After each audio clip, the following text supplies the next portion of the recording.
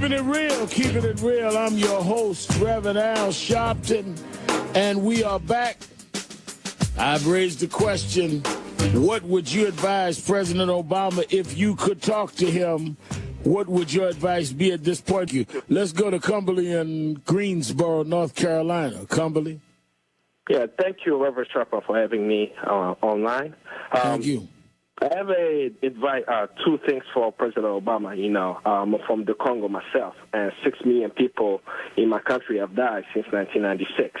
So I hope that Obama can do more to elevate the profile of the Congo and take diplomatic actions to bring peace in there. What would you want him to do? Because let me give you the background of why I raised the question.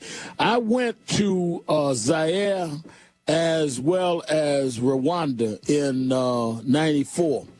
And I watched some of the tribal disputes in Rwanda, in Zaire, the Congo, as you now say. I want you after the break to tell me, as someone from there, what do you think the President of the United States, as President, not just as one who was a father was from Africa, but as President, what would you like to see him do? We'll be right back with your answer, Kambale.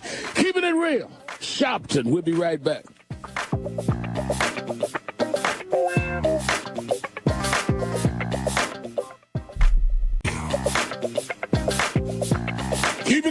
Keeping it real. I'm your host, Reverend Al Sharpton. Keeping it real.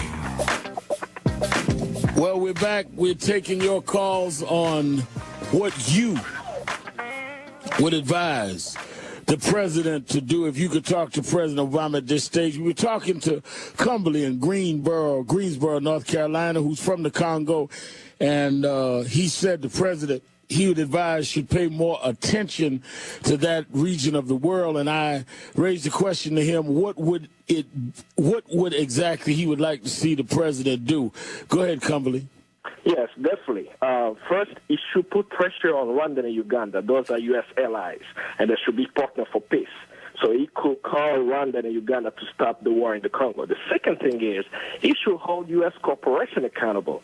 Did you know that U.S. corporations are in Congo? One of them, Cabot, the former CEO, was the Secretary of Energy of Georgia.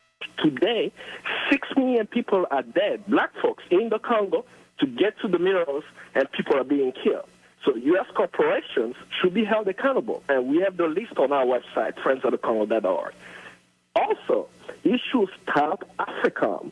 There are 10,000 things that Africa needs, and they do not need the United States military under the umbrella of AFRICOM to bring in as a humanitarian aid. We need support, but we do not need more guns. And definitely, that's a call for any black leaders. If you know that 6 million people are dead in the heart of the continent, in Africa, in Congo, and no one knows about it, that people do not even realize the mineral used for our cell phone come from that country, and 500,000 women raped and 6 million people, we should demand for the black leaders to raise their voice, because they did the same thing during the South Africa movement. They built a global movement to bring an end to apartheid.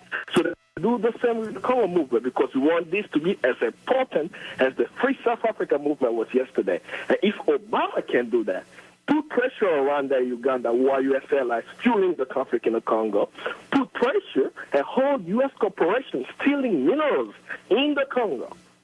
That will bring change and peace in the Congo, and we all can benefit from the resources and all the blessings that the Congo has. All right. Thank you for your call.